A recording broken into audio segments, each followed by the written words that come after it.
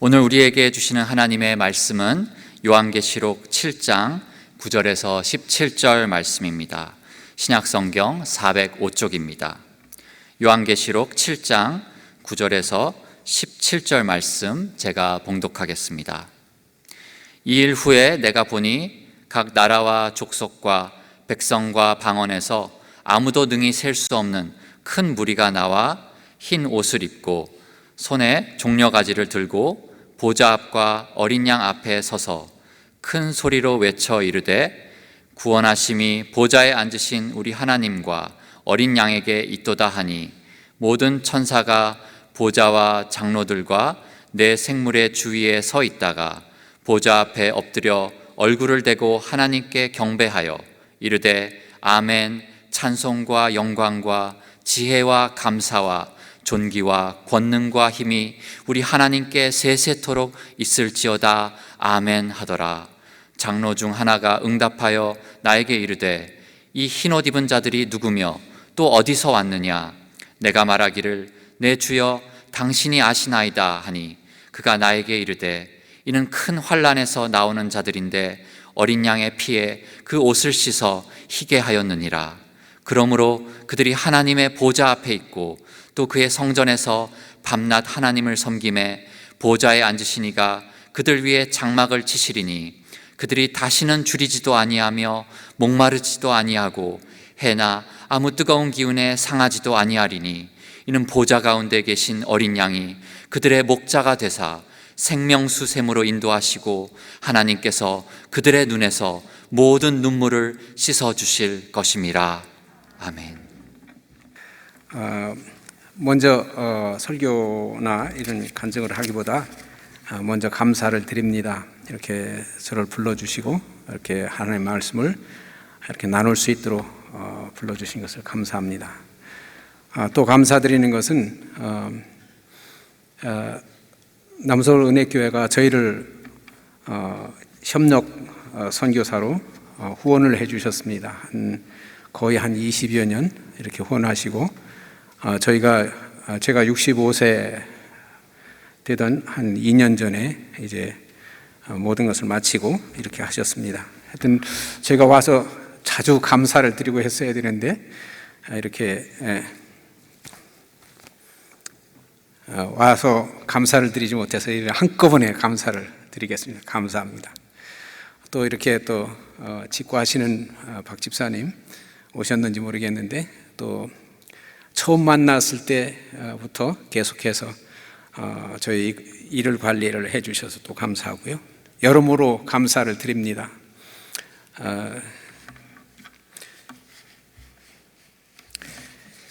저희가 이제 선교를 시작을 한 것은 사실은 저희가 목회를 했었어요.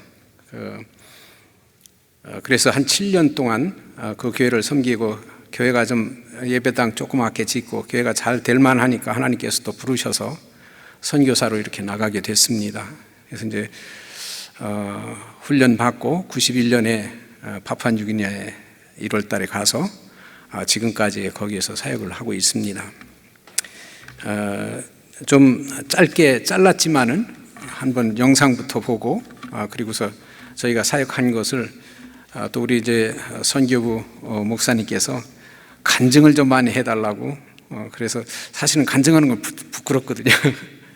그래서 그 간증을 중심으로 이렇게 말씀을 드리도록 하겠습니다. 우리 영상 준비됐습니까? 예.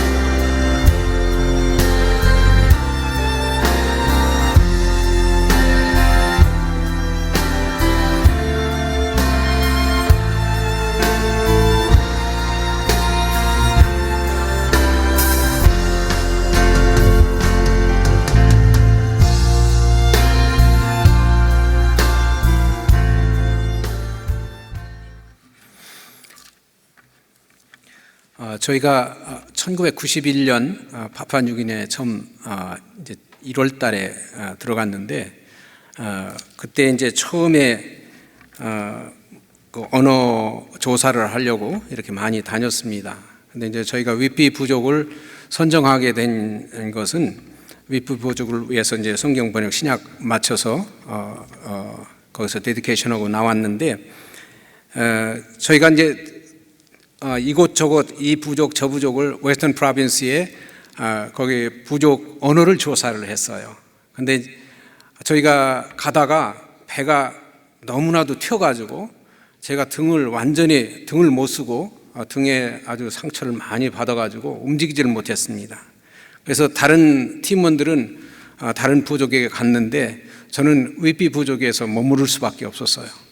그래서 거기서 머무르면서 사람들하고 대화하는 가운데 그들이 우리를 요청을 해서 그쪽 부족으로 가게 됐습니다. 가게 된 것도 사실은 그 다음에 이제 그 같이 시험적으로 한번 거기 이제 테스트 리빙을 하거든요.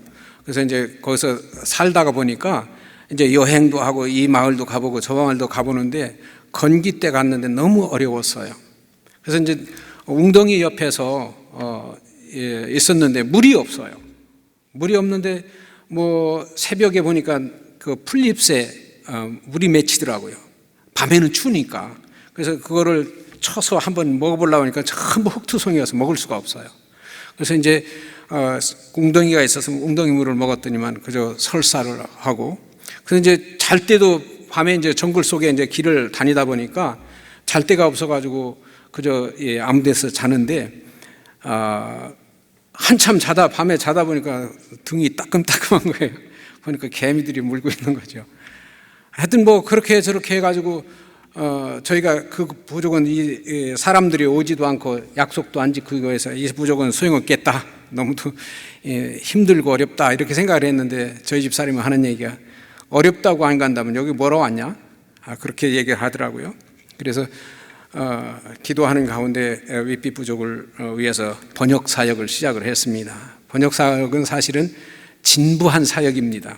그저 소리를 들어가지고 녹음을 하고 그것을 분석을 해서 글자를 만들고, 글자를 만든 다음에 그것을 가지고 글자를 교육을 합니다. 또 그래서 이제 어문학, 음성학, 또 문법도 다 써야 되고요. 그런 일들을 이렇게 이제 하고 그 다음에 이제 그것을 기초로 해서 번역을 시작을 하고 그렇게 하게 됩니다. 그런데 이제 그런 일들이 저에게는 너무 하늘이 내어준 직업이었어요. 그래서 그걸 좋아해가지고 저는 다시 태어나도 성경 번역 선교사가 되겠다고 그렇게 얘기를 했습니다. 또 성경을 연구하는 것도 너무 번역할 때 좋았어요. 너무 좋아가지고 이제 어떤 때는 많은 밤을 한 2시, 3시까지 이렇게 성경을 붙잡고 씨름을 하고 그런데 너무 좋았어요, 그게. 제가 목회를 한 7년을 아까 말씀드린 것처럼 했는데 그때는 그 사람들하고 부딪히느라고 좀 마음이 그렇게 참 열리지도 않을 때도 많았어 했는데 이 사람이 아닌 이 말씀을 가지고 막 싸우니까 너무 좋아요. 그래서 밤에도 늦게까지 다른 사람은 모르겠는데 늦게까지 일을 하고 그러면서 재미를 봤습니다. 그러나 그런 그 사역은 쉬운 일만은 아니지요. 사역할 때는 참 어려운 일들이 여러 가지 닥치지요. 먹는 곳에서부터 다니는 곳에부터 빨래하는 거, 생활하는 것이 좀 어려운 것이 좀 있습니다. 가령 이제 그때 이제 건기 때 같은 때는 물이 없어요. 물을 이제 어제 웅덩이 가서 물을 길어다가 물을 끓여서 식혀서 이제 그걸 마시고 그렇게 했었죠. 이제 빨래를 하려면 멀리 1시간 정도 가서 이제 거기서 이제 빨래를 하는데 우리 집사람이 빨래를 하면 동네 사람들이 다 와서 아주 그 동물원 구경하듯이 쭉 앉아서 구경을 합니다. 그러면 우리 집사람이 빨래를 그거를 그런 가운데도 하기도 했어야 되고, 물을 기를 때도 저희가 무슨 물통을 있는데 들고 다니니까 너무 힘들어서 한국에 무지개 있잖아요. 그걸 무지개를 만들어 가지고 다니기도 하고 그래도 안 돼 가지고, 왜냐하면 저희가 이 건기에는 너무 더워요. 더우니까 어떻게 할 수가 없어요. 몸에 그냥 뭐가 부스러기가 자꾸 나고, 그래서 이제 본부로 철수하기도 하고, 본부는 하일랜드에 있어가지고 높은 고산지에 있어서 좀 시원해요. 그래서 거기에 철수도 하고 그런 일을 했습니다. 근데 이제 거기에는 원래 종교가 있어요. 종교가 드마르라고 하는 신앙인데, 드마르 신앙은 까르테린이라고 하는 인간 하나님이 하늘과 땅을 창조하고 인간들을, 흑인과 백인을 창조해서 이 땅에 있다고 그래요.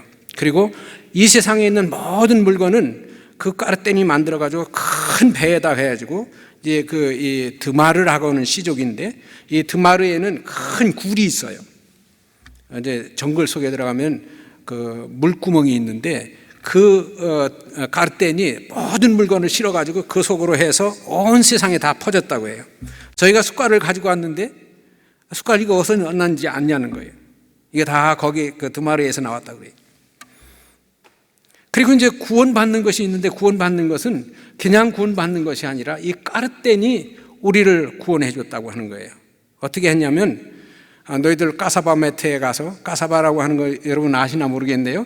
이제 그 뿌리를, 고구마처럼 뿌리를 캐먹는 것인데, 그 밭에 가서 혼음을 하면 다른 남자의 부인이나 다른 여자의 남편하고 성관계를 하면 이제 구원해 준다고 그러는 거예요. 그 이제 구원론도 있습니다. 그건 능력론도 있어요. 별거 다 있습니다. 그래서 너희들이 세상에서 성공하고 잘 살려면 이렇게 하라고 하는 것이 있어요. 참 추잡스러워서 제가 그런 말씀을 못 드리겠어요. 이런 그 신앙이 있어가지고 기독교하고 그게 했어요. 왜냐하면 이 사람들이 생각할 때 하나님도 창조하셨다고 성경에 얘기했고, 또 이제 전통 신앙도 까르테린이 창조했다고, 창조한 거 똑같네. 그래가지고 그걸 합해버린 거예요. 그래서 교회에서 목사님들이 저희가 가기 전에까지도 계속해서 그런 일들이 많이 있었습니다. 목사님들이 주례를 해서 예배를 드린 다음에, 그 다음에 뭐 낮에도 그렇고 저녁에는 불을 끄고, 그 다음에는 혼음으로 하는 거예요. 그래서 구원받기 위해서. 그래서 어떤 목사님들은 몸이 많이 상했어요. 왜 그러냐 하니까, 노인 목사님인데 그 사람은 너무 여성도들의 구원을 위해서 성관계를 많이 해서 그렇대요. 여러분 생각해 보세요. 이런 데 가서 설교를 하는 데는 굉장히 유창합니다. 소리를 바락바락 지르면서 하는데 참 저희가 놀랐어요. 저희 집사람이 하는 얘기가, 우리 선교지 잘못 온 거 아니야. 교회에서 저렇게 설교를 잘하는데 우리가 선교지 잘못 온 거 아니야. 우리는 부족 선교한다고 왔는데. 그런데 저희가 이제 말을 배우기 시작하고 말을 알고 나서 보니까 이거는 성경을 가지고 설교하는 게 아니에요. 자기 말대로, 자기 마음대로 성경 하나 읽어놓고, 그 속에는 비밀이 있다고 하는 거예요. 그 비밀은 전통신앙으로 가요. 그래서 이제 그런 것 때문에 싸우다가 저희들이 쫓겨날 뻔하고, 교회 회의에서 심재욱 선교사 쫓아내자, 그렇게 결정을 해가지고 저희가 다시는 못 갈 그런 형편에 놓여 있었는데, 저희가 이제 그동안에 부도지사하고 잘 지내게 됐어요. 그 도지사가 그 부족 출신인데, 그분이 와서 그걸 다 무마시켜줘서 다시 가서 그 일을 하게 됐습니다. 그렇게 해서 이제 그 부족에서 사역을 이렇게 하고 있었죠. 근데 이제 여러분들이 그 부족의 이 정글 속에 들어가면, 좋겠다. 거기는 공기도 좋고 나무도 많아서 좋겠다. 또 공기도 맑겠고. 그렇지만은 사실은 가꾸지 않는 자연은 굉장히 위험해요. 정글 속에 여러분들이 들어가기 쉽지 않습니다.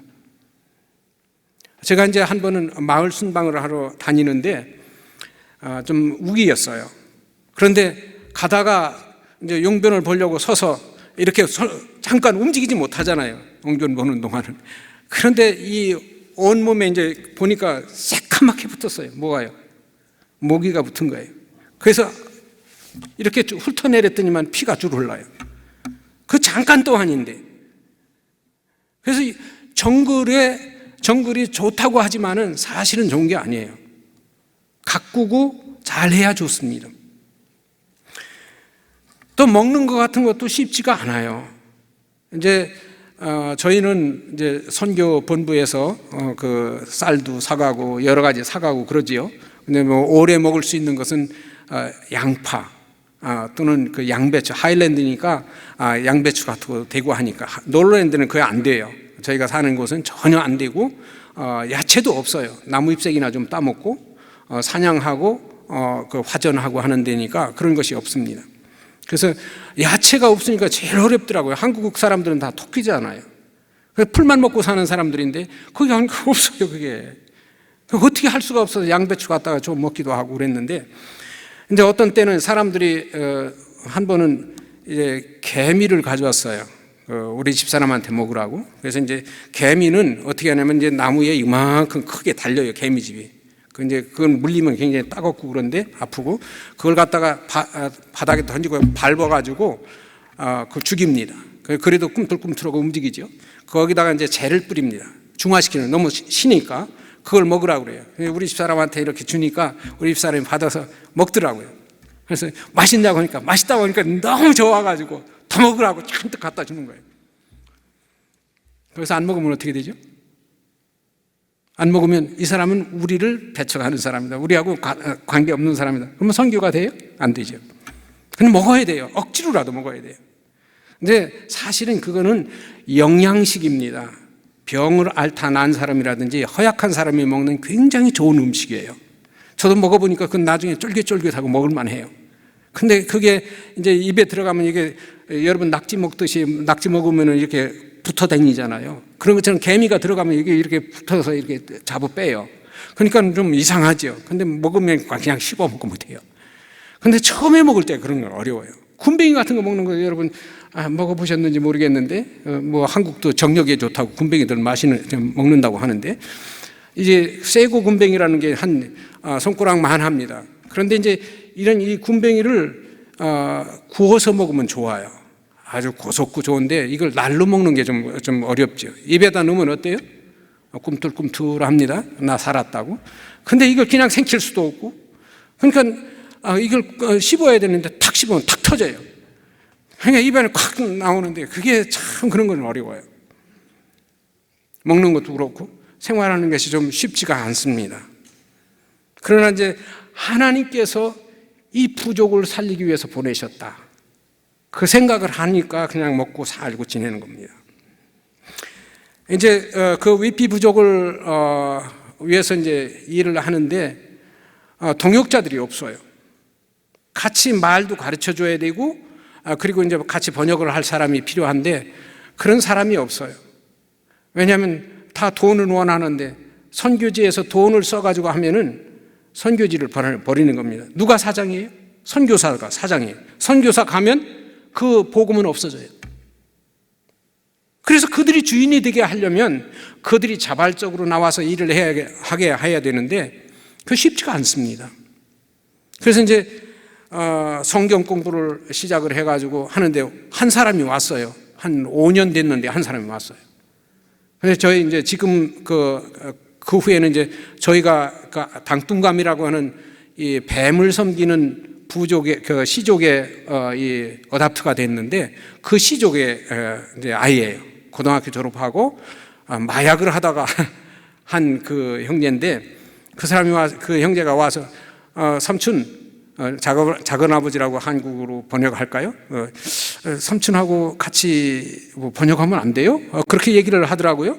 그래서 그럼 한번 와봐라 했는데 사실은 제가 너무 하나님께 불평을 많이 했어요 그때. 왜냐하면 아니 하나님 쓸만한 사람도 많고 좀 이렇게 공부도 하고 좀 할 만한데 얘는 지금 어린애고 또 말도 잘 못할 거고 마약이나 하다가 온 이놈을 이런 쓸만한 놈을 좀 보내주셔야죠.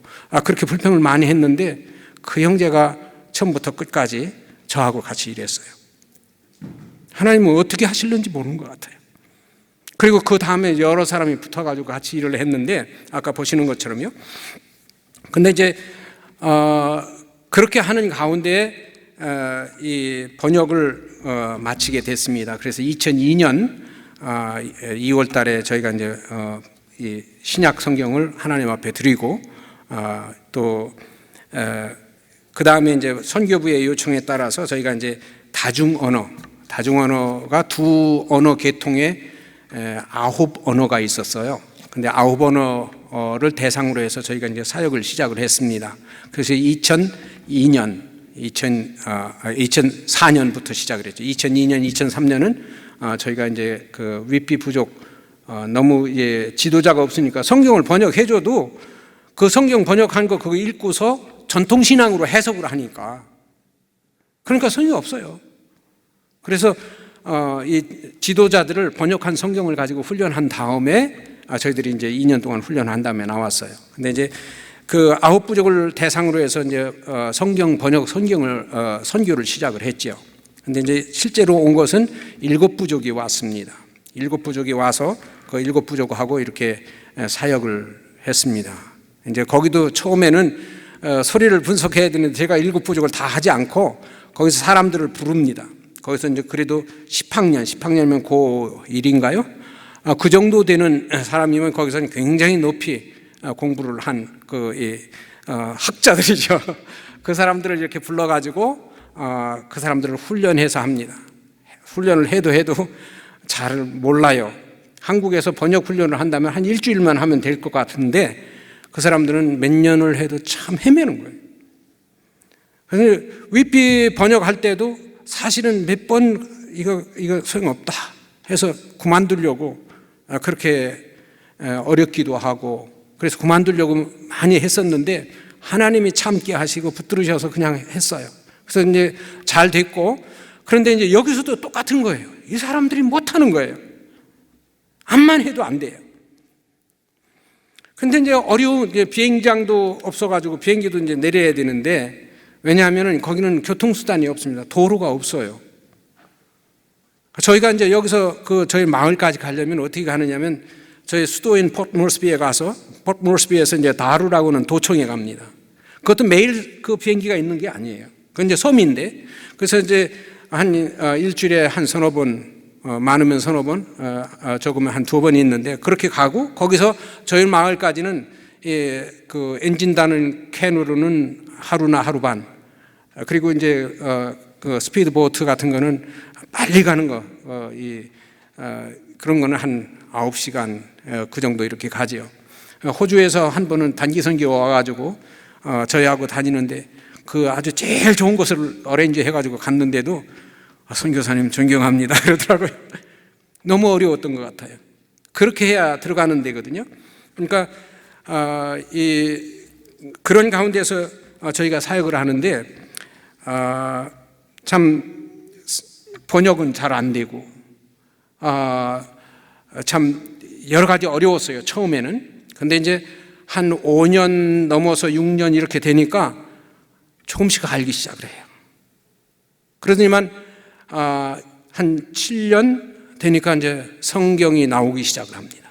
그래서 마가복음을 2009년도 2010년도에 6 부족의 마가복음을 시작을 해서 봉헌을 시작을 해서 이제 쭉 굉장히 성경이 많이 나오기 시작을 했어요. 구약도 나오고 신약도 나오고 번역하는 게 저희가 이제 그 번역하는 그 형제들이 한 30명 40명이 됐어요. 7 부족에서 이제 그 사람들이 번역을 하는 종이를 싸는 것이 몇 박스가 돼요. 지금도 이제 저희는 이제 그 안 쓰니까 불태우고 하는데 그렇게 많은 그 노력을 이렇게 계속해서 해와서 이제 막 이렇게 잘 되는데 저희 그 소식에 의하면 윗비 부족 신약 성경 번역한 것이 쓰이지 않는다는 거예요. 그래서 이제 굉장히 어려워서 그 저희들 사실은 거기다 인생을 두고 산 사람들인데 번역이 쓰이지 않으면 그건 번역 성교가 필요 없잖아요.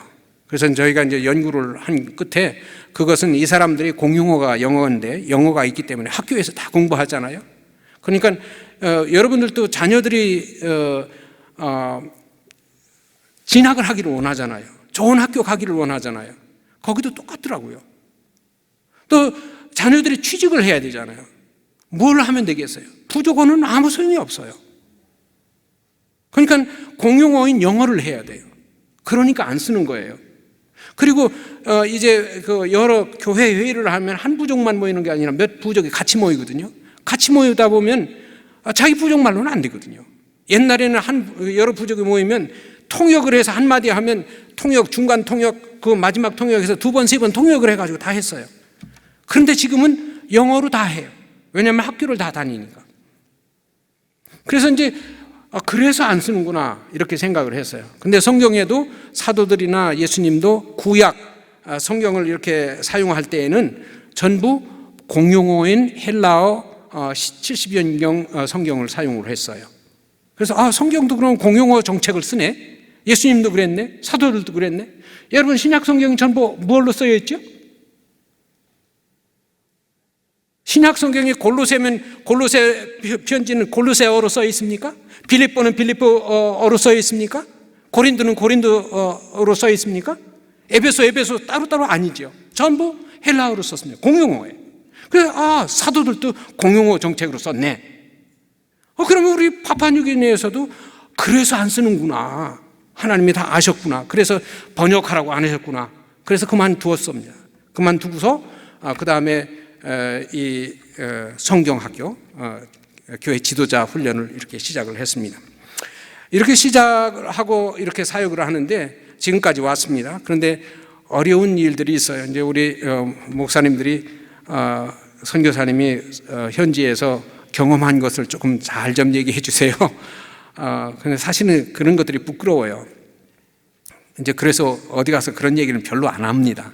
그런데 이제 제가 이제 이렇게 손가락이 한 5개가 잘려 있어요. 이제 왜 그러냐면 번역을 하다 보면 컴퓨터가 필요하지요. 컴퓨터를 가르쳐야 됩니다. 한 몇십 대가 됐는데 이제 컴퓨터가 자꾸 고장이 나는 거예요.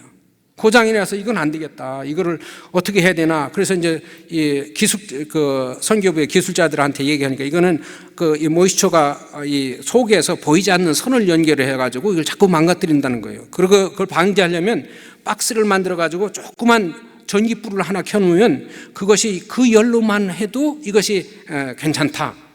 그래서 그 방법을 배워가지고 이제 저희가 이제 테이블소도 사고 그래서 마을에 가져가서 이제 팀바를 켜서 이거를 이제 그 박스를 만듭니다. 근데 박스를 만드는 제가 아주 얼마나 세세하게 잘 켰는지 몰라요. 그래서 한 칸 한 칸에 그 컴퓨터가 다 들어가도록 그걸 설계를 해가지고 다 이제 만드는데 이제 테이블소에 이제 그 블레이드가 있고 옆에 이제 스페이스가 있는데 잘라가지고 이쪽에다 놓고 이쪽에 놓고 그랬어요. 근데 이게 떨어지려고 하는 거예요. 그래서 얼른 잡으려고 가다가 이 손가락으로 그 블레이드를 이렇게 터치해가지고 그렇게 이제 잘라지게 됐습니다. 2번 그랬는데 사실은 이 기술자들이 와서 해주면 얼마나 좋아요. 기술자들이 그걸 잘하는 사람들이 많잖아요. 혹시라도 단기 선교에 그런 사람들이 와서 해주면 참 좋겠더라고요. 근데 어떻게 하겠어요? 이거 컴퓨터가 없으면 안 되고 또 이 사람들이 그 컴퓨터에다 저장한 거 있잖아요. 저장한 것을 어떻게 찾을 수가 없어요. 그러니까 일이 안 되는 거예요. 그래서 할 수 없이 제가 이제 아무것도 모르는데 이제 이 선교부의 카펜터 워크숍에 가서 그걸 배워가지고 그걸 한 거거든요. 그래서 이제 이렇게 이제 5개가 잘렸습니다. 근데 처음에 이제 잘리고 나서 타이프를 치는데 이게 지금도 가끔 이렇게 이제 너무 아픈데 이게 지금도 여기에 손가락이 그대로 있는 것 같아요. 그대로 있는 것 같고 여기 이제 중간에 아픈 것 같아요. 손가락 중간에 아픈 것 같아요. 이제 하여튼 그러한 일도 있고 제가 이제 한 3번 죽을 뻔을 했는데 한 번은 뱀에 물리고 한 번은 그 말라리아에 걸려서 죽을 뻔했고 또 한 번은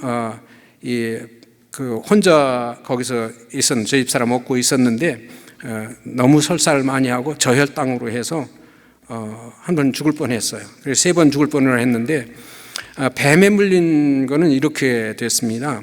이제 저희가 낮에는 밖에 나가서 돌아다니니까 너무 더워요. 그래서 이제 저녁에 저희들은 저녁 먹고 나서 마당에서 돌아다니면서 기도를 합니다. 돌아다니면서 기도를 하는데 기도를 다 마치고 이제 집에 올라오려고 집이 이제 한 1.2m 정도 위에다가 집을 져요. 그럼 계단으로 올라가게 되는데 계단 올라가려고 하는데 다리가 따끔한 거예요. 이거 뭐가 있다. 우리 집사람한테 소리치면서 어제 후라시 좀 가져라고. 그래서 후라시를 비춰보니까 이건 독뱀이에요. 근데 독뱀은 이렇게 짧아요. 짧고 머리가 이제 뭉퉁하게 생겨 있고, 그런데 이제 이놈이 물은 거예요. 그래서 몽둥이를 찾아가지고 막 두드려서 그놈을 잡았습니다. 그리고 이제 올라갔지요. 올라가서 이게 뱀에 물렸으면 어떻게 하는가 하고, 그러니까 그게 이제 매뉴얼에 있는데, 그걸 보니까 뱀에 물렸으면 한 발자국도 움직이지 말아라. 이게 첫 번째예요. 근데 저는 돌아다니면서 다 잡았으니 이게 이 독이 온몸에 올라간 거 아니에요? 그렇게 하고서 이제 동네에 있는 에이드 포스트가 있는데 거기에 이제 간호원이 있어요. 간호원을 불러다가 좀 어떻게 조치를 하려고 이렇게 생각을 했는데, 간호원이 이제 그 랩핑 클로스를 가져와서 그냥 다리만 쭉 감아주고 있어요. 동네 사람들이 다 와서 저희 집에 와서 구경만 해요. 그러면서 하는 얘기가 1시간 정도까지 괜찮으면 괜찮을 거고, 그때 죽으면 죽는다는 거예요. 죽는 거 기다리라고 이렇게 보고 구경하고 있더라고요. 저는 보니까 그렇게 뭐 아프지도 않고 조금 좀 이상한 것 뿐이지, 그런데 이제 1시간이 넘었어요. 근데 몸은 이상하게 막 배가 막 쑤시고 그러는데, 저는 저녁에 내가 뭘 잘못 먹어서 그런가 보다, 배 아프다. 그랬더니 이 간호원도 그걸 몰라요. 증상을 몰라요. 그래가지고 1시간 넘으니까 이 사람들이 다 가더라고요. 근데 제가 저희 집 사람하고 남았는데, 그때서부터 시작을 하는데 속에 있는 거 쓰고 냄새나고 하는 거 다 토했습니다. 밤에 저희 집 사람은 먼저 자고, 근데 제가 이제 자라고 해서, 그러고서 몰래 이제 화장실에 가서 밤새다 그 붙잡고서 막 그렇게 했어요. 그러니까 몸이 그냥 기진하기 시작을 하더라고요. 그래서 이제 그 아침에 새벽에 한 4시나 5시나 됐는데 저희 집 사람이 깨서 나 이거 아무래도 어디 가봐야 되겠다고. 근데 그 한 2시간쯤 거리에 이 헬스센터라고 해서 보건지소가 있어요. 그래서 거기에 가면은 거기 의사가 있거든요. 근데 이제 거기 가야 되겠다고 하니까, 그것은 이제 그 동네에다 말하니까 동네 청년들이 다 와가지고 저희들을 배를 태워가지고 거기 갔어요. 갔는데 의사가 이제 하는 일이라면 다른 일이 없어요. 거기 해독제도 없고. 그런데 온전히 드리핑만 하고 있는 거예요. 이제 그 링겔 꽂아가지고 계속 몸에 돌게 해가지고 오줌으로 다 빼내는 거예요. 그래서 이제 1시간마다 한 번씩 피 빼봐가지고 그 독이 얼마나 남았나 그거 체킹을 하는 거예요. 근데 의사가 하는 얘기가, 야, 너 세다. 네가 세서 살았다. 그래요. 근데 저희가 이제 뱀에 물린 다음에 전 세계로 기도 요청을 보냈어요. 이제 선교부를 통해서, 그리고 저희 후원자들에게 이제 기도 요청을 보냈어요. 아마도 그 기도로 제가 산 것 같아요. 그래서 이거는 그렇게 큰 뱀이 아니었는데 그래서 그런 거 아니냐 했더니, 그 의사가 하는 얘기가, 그 의사는 좀 경험이 한 30년 있는 굉장히 좋은 의사였어요. 그 사람도 사실은 마을에 갔어야 되는데 하나님께서 그 사람을 묶어놨어요. 어떤 부인이 해산하기 때문에 그 사람을 묶어놓은 거예요. 그래서 제가 이제 거기서 그렇게 해가지고 드리핑하라고 살았지요. 제가 무슨 힘이 있나요? 제가 능력 있는 사람 아니잖아요. 아마 여러분들 가운데서 혹시 저를 위해서 기도했는지도 모르겠어요. 그래서 제가 거기서 그러면서 이제 막 힘이 조금씩 생기더라고요. 그러면서 거기서 이제 살게 됐습니다.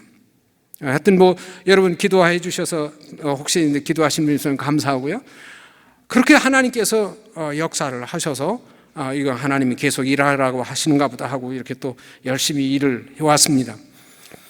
또 이제 한 번은 이 말라리아에 걸리게 됐는데, 말라리아를 이렇게 걸렸을 때 참 어려웠습니다. 그때는 사실은 집을 짓기 위해서 이제 체인소를 가지고 이렇게 나무를 자르고 그랬어요. 근데 이제 그게 그 나무들 중에 하나가 터우라고 하는 나무인데, 이 터우라고 하는 나무는 한국의 온나무예요. 그건 제가 어렸을 때부터 온나무 근처만 가도 옷을 그냥 막 다 올려가지고 뭐 그렇게 했었는데 이제 이 더우니까 이런 옷을 입어요. 완전히 다 벗고 이제 이 그 반바지만 입고서 일을 하잖아요. 근데 이렇게 하니까 이 소더스트가 그 톱밥이 온 몸에 다 묻는 거예요. 묻는데 땀이 나니까 그냥 완전히 탈라붙은 거죠. 맥질을 한 겁니다. 옷으로 맥질을 한 거예요. 그러니까 온 몸이 다 이제 머리끝에서 발끝까지 이런 래쉬가 이렇게 일어나고 그냥 막 그 벌집처럼 하이브가 생기고 그렇게 되더라고요. 그래서 이제 조금 참아보자 이거 가지고 저거 가지고 이제 원주민들이 하는 그런 방식을 따라서 좀 했어요. 그런데 이건 못 참겠더라고요. 못 참겠어서 이거 안 되겠다고 이제 비행기를 불러가지고 저희가 이제 철수를 했습니다. 철수를 해서 이제 거기 클리닉에 가서 그 검사를 하는데 검사 중에서 발견된 것이 뭐가 발견이 됐냐면 이 말라리아가 발견이 됐어요. 그래서 이제 그 말라리아가 이제 종류가 많이 있습니다. 말라리아 종류 중에서 제가 걸린 것은 그 클로로킨이나 이런 것이 전혀 듣지 않는 팔시파른 말라리아라고 있어요. 이제 혹시 여기 의사 계시면 아실 겁니다. 그 팔시파른 말라리아는 아무런 것이 듣지를 않아요. 그래서 약을 먹어도 안 듣는 거예요. 근데 이제 그 말라리아를 걸리니까 한 일주일 됐는데 한 10kg 빠졌지요. 근데 그렇게 너무 가벼워서 바람 불면 날아갈 것 같아요. 근데 그 동일한 말라리아로 우리 이제 그 마을에 있는 형제들 중에 하나는 제가 굉장히 아끼던 그 형제인데 앞으로 우리 센터에 선교센터에 지도자를 삼아야 되겠다 하고 점을 찍어놓고 하나님 앞에 기도했던 형제인데 그 형제는 하나님을 불러가셨어요. 그럼 저는 거기서 이제 그 의사 선교사들이 도와줘서 여러 가지로 이제 치료가 없었지요. 치료가 없었지만 케어를 해주셔가지고 살았습니다. 그것도 기적이지요. 하나님께서 어떻게 이제 몸에서 난 래쉬 이런 그런 것들 때문에 철수해서 사는 거예요. 그렇지 않으면 저도 그 형제하고 같이 우리 주님 앞에 갔을 건데 그게 더 좋았을 건데 어쨌든 간에 그렇게 한 번을 했습니다. 참 쉽지는 않은 일이었지만 그러나 그런 가운데 저희들 마음속에는 뭐냐면 오로지 이 부족 선교예요. 왜냐하면 삼위일체 하나님께서 이 부족 선교를 원하셨거든요. 이제 부족이 언제 나누어졌죠? 언제부터 언어가 이렇게 한국말, 일본말, 중국말 다 언어가 나누어지기 시작을 했습니까? 바벨탑이죠. 바벨탑 때 이제 사람들이 하나님을 반역하니까 하나님께서 내려오셔서 언어를 혼잡케 하시고, 왜 혼잡케 하셨냐면 이 사람들이 여기서 우리만 잘 살고 문명을 일으키고 그리고 하나님 없이 살아보자, 그렇게 해서 한 거거든요. 그래서 하나님이 흩으시기 위해서 언어를 나누기 시작하신 겁니다. 그래서 언어를 다르게 쓰니까 다른 사람들끼리 같이 이쪽으로 저쪽으로 가서 백인도 되고 흑인도 되고 황인도 되고 그렇게 됐죠. 그러면서 언어도 다르게 되고, 그래서 언어와 종족들이 나눠지게 된 겁니다. 그런 다음에 하나님께서 아브라함 한 사람을 부르셨어요. 창세기 22장에. 그리고 하나님을 부르셔 네 본토 친척 아비집을 떠나 내가 내게 지시할 땅으로 가라 해서 그 아브라함이 하나님의 부름을 따라서 가나안 땅에 왔습니다. 가나안 땅에 와서 하나님께서 가나안 땅에 가라고 해서 그 다음에 하나님께서 말씀하시기는 내가 이런 인류 역사의 계획을 하고 있다. 그래서 4가지를 말씀하십니다. 내 이름을 창대케 하리라. 내 나라를, 큰 나라를 이루겠다. 그 다음에 너를 통해서 복의 근원을 보내겠다. 누구죠? 예수 그리스도. 그 다음에 그 복을 온 세상 모든 부족에게 주겠다. 4가지를 하신 겁니다. 그러면 인류 끝이 오는 거예요. 그래서 마태복음 24장 14절은 뭐라고 그래요? 이 천국 복음이 모든 부족, 모든 족속에게 전파되게 온 세상에 전파되리니 그제야 뭐가 와요? 끝이 온다. 인류 역사의 끝이 온다고 했습니다. 그래서 부족 선교는 하나님이 계획하신 것입니다. 예수님을 보내시고 하나님이 계획하신 것입니다. 그래서 저희는 이 선교 일을 하면서 이것을 늘 저희들 마음속에 가지고 있고 그것을 품고 있어. 이 부족들이 다 구원받아야 이 세상 끝이 온다. 그전에는 이제 그런 생각을 했어요. 모든 부족이 자기 말 성경을 가지면 예수님 오신다고 그렇게 생각을 했어요. 그때 당시에 이제 처음에는 한 3,000명, 저희가 선교 시작할 때 한 3,000명이라고 이렇게 생각을 했거든요. 3,000 부족. 그래서 3,000 부족을 열심히 하면 한 50년, 40년 정도 걸리지 않을까 하는 생각을 했습니다. 그러면 내 생애에 주님 재림하시는 걸 볼 수 있겠다. 얼마나 아주 엑사이팅하고 마음에 그냥 엔커리징이 되는지 몰랐어요. 그러니까 내가 열심히 이 성경을 번역을 해서 부족 선교, 부족 하나하나를 하나님께 어답하자.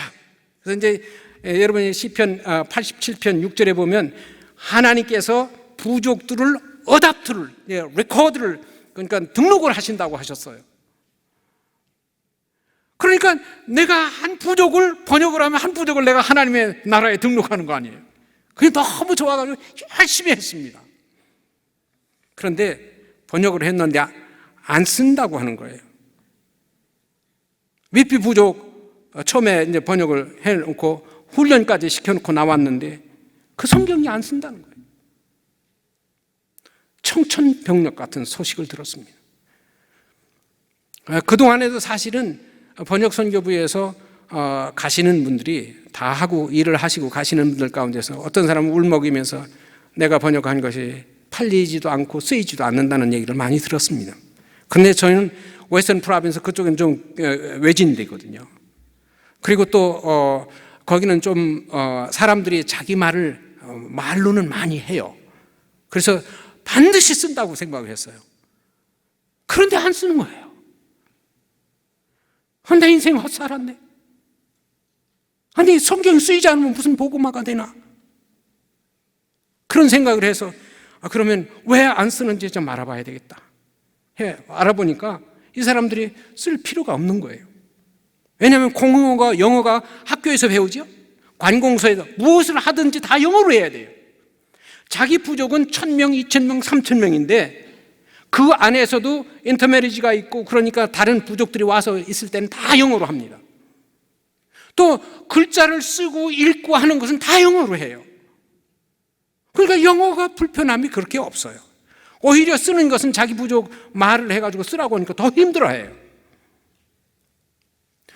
그런데 우리가 선교부에서 시키는 정책을 따라서 아주 억지로 자꾸 자기 부족어를 쓰고 읽으라고 자꾸 하는 거지요. 그래서 안 쓰는구나. 실제적이가 아니구나. 그 생각을 하게 됐습니다. 또 한 가지는 언어의 변천사는 이제 바벨탑에서부터 이제 언어가 나눠졌다고 했지요. 그러면 이 세상 모든 나라에 모든 땅에 이 사람들이 퍼져 있으면 더 이상 언어가 나눠질 필요가 있나요, 없나요? 더 이상 없어요. 이제는 끝난 거예요. 그 다음에는 이웃 부족끼리 이제 물건도 나눠 쓰고 서로 이제 교제를 하려면 뭐를 써야 되죠? 둘 중에 하나를 써야 되잖아요. 그러니까 그게 트레이드 랭귀지라고 해서 자꾸 그런 것이 돼요. 장사하고 또 어떤 데서는 큰 부족에 조그만 부족을 아주 깔아뭉겨 가지고 점령을 해버립니다. 그러면 큰 부족의 언어를 쓰게 돼요. 그리고 이제 나라가 생기면 나라의 언어를 쓰게 됩니다. 제국이 생기면 제국의 언어를 쓰게 돼요. 그러니까 언어가 이제는 더 이상 나눠지지 않고 이제는 더 하나씩 통합되는 거예요. 지역마다 지역 언어가 있고 또 트레이드 언어가 있고 지금은 어떻습니까? 유엔에서 무슨 말을 한국말을 씁니까? 유엔에서는 영어를 쓰죠. 옛날에는 프랑스 사람들이 좀 이렇게 코가 세가지고 무슨 모임에 있으면 자기 말을 쓴다고 그랬어요. 그런데 지금은 안 써요. 영어 씁니다. 그러니까 세계의 언어의 변천은 옛날에는 하나님께서 나눠놓으시고 분화하게 하고 자꾸 나눠지게 해서 땅끝까지 가서 정복하도록 하셨지만은 지금은 아니에요. 다 끝났어요. 이제는 언어가 하나로 통합이 되어가고 있습니다. 그런데 하나님이 그렇게 하신다면 이제 선교도 그 방향으로 나가야 되죠. 그리고 또 한 가지는 이 예수님하고 사도들이 구약 성경을 사용한다면 그들이 히브리인이니까 히브리어 성경, 마소라 텍스트라든지 그런 걸 써야 되잖아요. 근데 그분들이 그런 걸 안 썼어요. 아니면 아람어, 자기네들이 지금 현재, 그때 현재 쓰고 있는 아람어 성경을 탈금역이라고 있는데 그걸 써야 되는데 그걸 또 안 썼어요. 그리고 헬라어, 공용어인 헬라어 셉투아진트를 썼습니다. 그러니까 어떻게 돼요? 예수님하고 사도들도 공용어 정책을 썼네. 그 생각이 들었습니다. 여러분, 신약 성경이 곳곳에 있는데 그 에베소 언어를 썼습니까? 터키어? 아니죠. 헬라어를 썼죠. 골로새는 에바브로 디도가 감옥에서 바울과 같이 있었어요. 왜 골로새를 썼냐면 에바브로 디도가 우리 골로새는 이런 문제가 있습니다. 그러니까 바울이 이런 편지를 써야 되겠다고 해서 골로새를 써서 보낸 겁니다. 그런데 그러면 에바브로야 너희 말로 이런 문제는 이렇게 하라고 써라. 그렇게 하면 될 텐데. 근데 그 말로 안 썼어요. 그런 것은 신약 성경을 기록한 것도 공용어 정책이다. 이렇게 생각이 되는 거예요. 제가 이제 참 이런 것을 뼈 아프게 이렇게 많이 이 책 보고 저 책 보고 이 신약 이 사용 예를 보느라고 책 같은 것도 보고 이렇게 하게 됐고, 그리고 선교부에서는 그런 얘기를 했었거든요. 우리가 성경을 번역해 놓으면 그 모국어 성경은 하트 랭귀지이기 때문에 그 성경을 이렇게 번역해서 주어 놓으면 그 성경이 선교사다. 밤낮 쉬지 않고 선교하는 선교사다고 그랬어요. 그래서 심지어는 선교사를 파송할 필요도 없다고 하는 그런 얘기를 했거든요. 근데 그게 아니었어요. 그래서 저희가 이제 잘 나가던 이제 그 9부족을 위해서 7부족이 와서 일을 했는데 아마도 만약에 했으면 지금은 다 끝났을 거예요. 그러면 9부족 다 끝났죠. 윗비까지 하면 10부족을 한 선교사 가정에 했으면 성경 번역 선교회에서는 아주 히로가 될 겁니다. 그런데 저는 그게 아니에요. 그것이 아니라 부족 선교를 해야 되겠다는 거예요. 그래서 그걸 다 포기하고 잘 나가던 일을 포기하고, 이상하죠? 잘 나가던 교회를 포기하고 선교사로 하나님 부르셨고, 잘 나가는 이 번역을 하나님 포기하게 하시고, 그리고 이제 이 신학교를 해서 교회 지도자를 양성하게 하셨어요. 하나님께서 부족 선교를 이렇게 하라고 하신 거기 때문에. 왜냐하면 예수님께서 명령하셨잖아요. 너희는 어디로 가라고요? 모든 부족에 가서 아버지와 아들과 성령의 이름으로 세례를 주고, 그리고 내가 너에게 분부한 모든 것을 가르쳐 지키게 하라. 내가 세상 끝날까지 하늘과 땅의 권세를 받은 나의 권세로 너희와 함께해서 너희 교회와 함께해서 이 일을 이룰 것이다 하셨습니다. 오늘 말씀으로 이제 결론을 맺겠는데요. 오늘 말씀을 보면 이렇게 말씀을 하십니다. 이제 이것은 어떻게 보면 선교하고 이 세상은 다 끝나고 이제 천국에 올라가서 하나님을 믿고 선교 사역을 하고 예배를 드리고 했던 여러분들, 전도하고 선교하고 했던 여러분들이 다 그 앞에 서는 모습이에요. 한번 볼까요? 9절에 보니까 이 일 후에 내가 보니 각 나라와 족속과 백성과 방언에서 아무도 셀 수 없는 큰 무리가 모였다고 했어요. 여러분이 진정으로 주님을 믿으면 여기에 설 겁니다. 저도 여기에 서고 싶고 또 그렇게 하리라고 믿고 이렇게 나갑니다. 저는 이 말씀이 저를 잡고 있는 거예요. 어려울 때도 이 말씀을 묵상하면 속에서 아주 기쁨이 솟아나고 소망이 솟아납니다. 내가 지금은 이래도 내가 그때는 흰 옷을 입고 종로까지를 들고 그 주님 앞에서, 우리 아버지 앞에서, 나를 구원하신 예수님 그 앞에서 내가 찬양하고 춤추고 구원하심이 우리 하나님과 어린 양에게 있다고 소리를 치며 찬양하고 할 것입니다. 그것도 흰 옷을 입었습니다. 거룩하고 아름다운, 세상에서 더럽고 아무리 싸워도 이길 수 없는 그러한 죄악과 이제는 멀리 떨어지고 온전하게 거룩하게 하나님 앞에서 살게 되는 거죠. 그리고 이 세상에서는 힘들고 어려운 일과 싸웠는데 종려까지, 승리의 종려까지를 들고 하나님 앞에 찬양을 하죠. 그것을 생각하면서 승리를 합니다. 그런데 이 흰옷은 어디서 나오나요?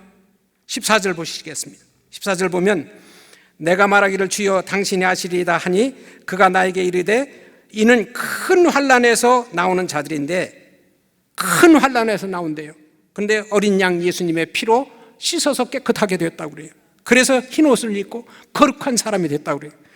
여러분, 우리가 이 땅에 살면서 어떤 때는 거룩한 척하고 죄 안 짓는 척하지만은 마음속에서부터, 행동에서부터 말 한마디 얼마나 많은 죄를 짓습니까? 바울은 그렇게 열심히 살았는데도 나는 죄인 중에 괴수다고 그래요. 가만히 생각해보면 내가 그렇더라고요. 그런데 여기 흰옷을 입고 예수님의 피로 씻는 거잖아요. 그런데 어떻게 어떤 생활 가운데서 씻는 거예요? 큰 환난. 어떤 게 큰 환난이에요? 어떤 사람은 이것은 Great Tribulation, 뭐라고 하죠? 그런 것이라고 이렇게 하는데 그거는 아닌 것 같고, 여기 모인 사람들이, 하나님 보좌 앞에 모인 사람들은 그저 구약이나 신약이나 예수 그리스도의 피로 구원받은 하나님의 사람들이에요. 그 사람들이 이 세상에서 생활할 때에 큰 환난과 같은 삶을 살았다는 거예요. 여러분, 큰 환난을 당하고 사십니까?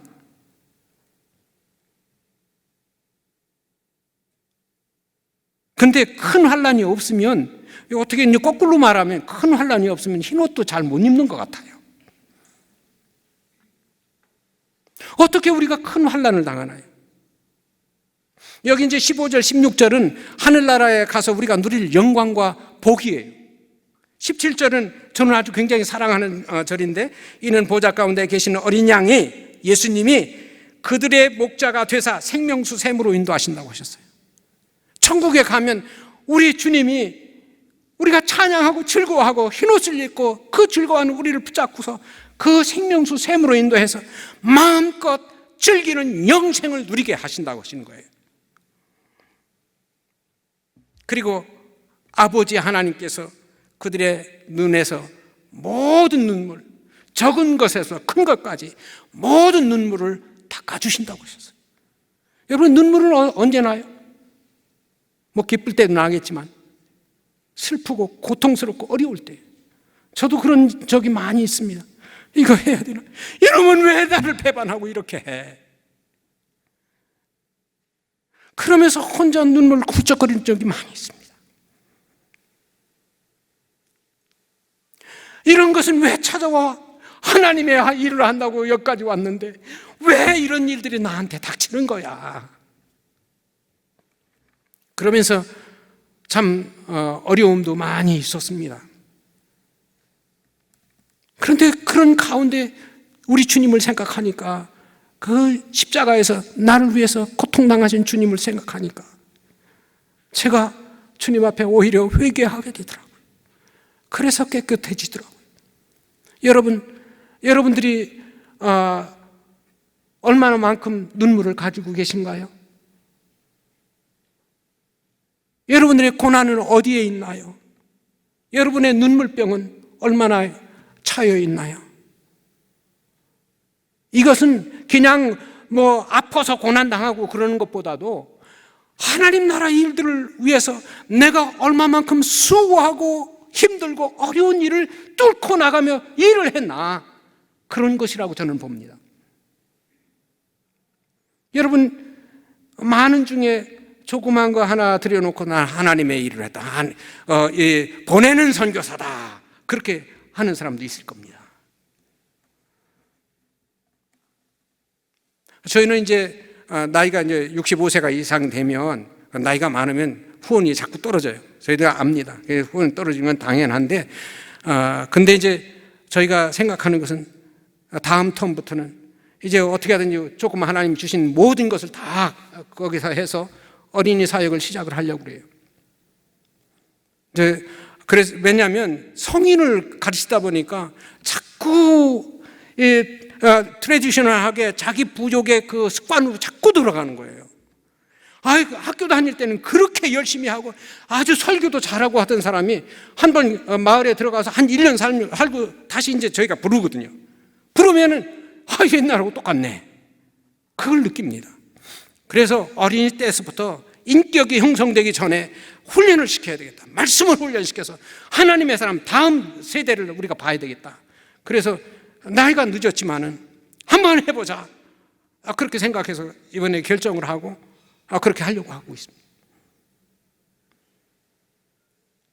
거기는 좀 어려움이 따를 거예요. 물질도 없지요. 아무것도 없는데 그저 무대뽀로 지금 나갑니다. 여러분, 주님을 위해서 좀 더 일을 해야 되지 않겠어요? 눈물을 흘리면서 고통스러워하면서 주님의 그 십자가를 붙잡고 그렇게 나가야 되지 않겠어요? 만약에 이때는 주님이 하나님 아버지께서 한 사람 한 사람 부르실 텐데 그 부를 때 이렇게 말씀하실 겁니다.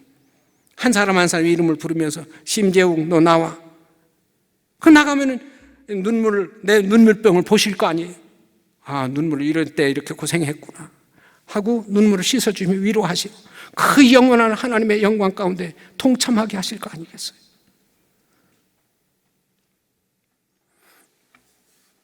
저는 그것이 너무 소망이 돼서 이 9절과 17절을 너무 좋아해요.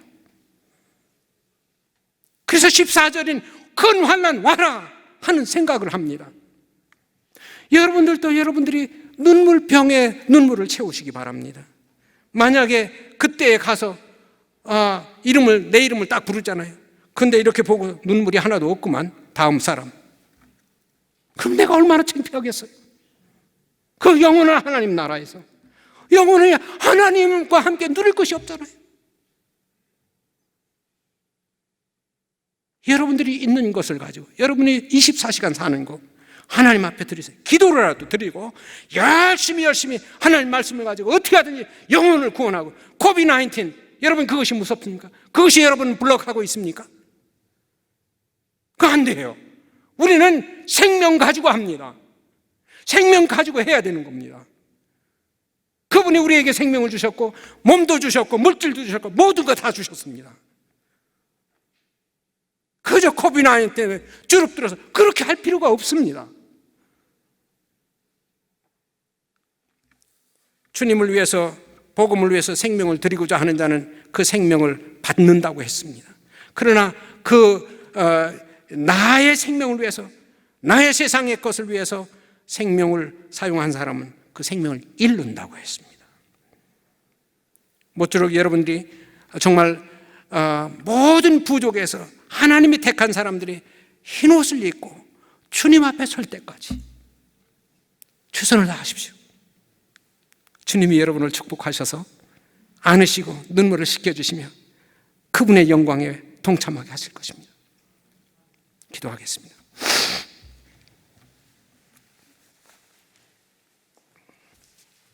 거룩하시고 자비로우신 하나님 아버지 감사합니다. 하나님께서 은혜를 베풀어 주셔서 오늘 또 이 부족한 종을 세우시고 이렇게 주님께서 어떻게 역사를 하시고 저희 마음을 움직이셔서 그것을 사역하게 하셨는지 나누었습니다. 결국은 우리가 주님 앞에 서서 흰옷을 입고 종려가지를 들고 하나님 앞에 터져라 큰 소리로 찬양하며 기뻐하며 주님 앞에 나갈 것인데 그날을 생각하며 살게 하여 주옵소서. 이 땅에서 큰 환난과 눈물이 있을지라도 그것을 뚫고 나가게 하여 주옵소서. 그것을 부끄러움으로 여기지 않게 하시고 주의 복음 십자가의 피를 부끄러워하지 않게 하시고 주님 앞에 나가게 하여 주옵소서. 선교면 선교, 전도 아버지 하나님의 말씀을 가지고 사람들을 봉사하고 사랑하고 나갈 때에 주여 힘주시고 능력을 주옵소서.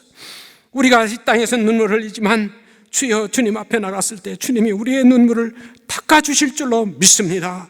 하나님 아버지 이것을 기대하며 오늘 또 모든 것을 드려서 하나님의 영광을 위해서 모든 부족에게 복음을 전하는 이 일에 힘껏 동참할 수 있도록 은총을 베풀어 주시옵소서.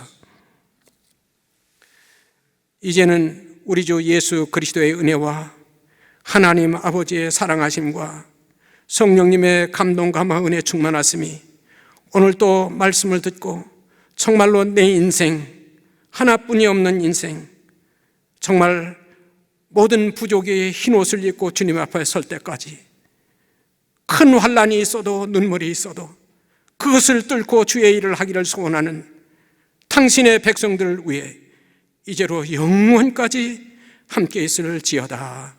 아멘.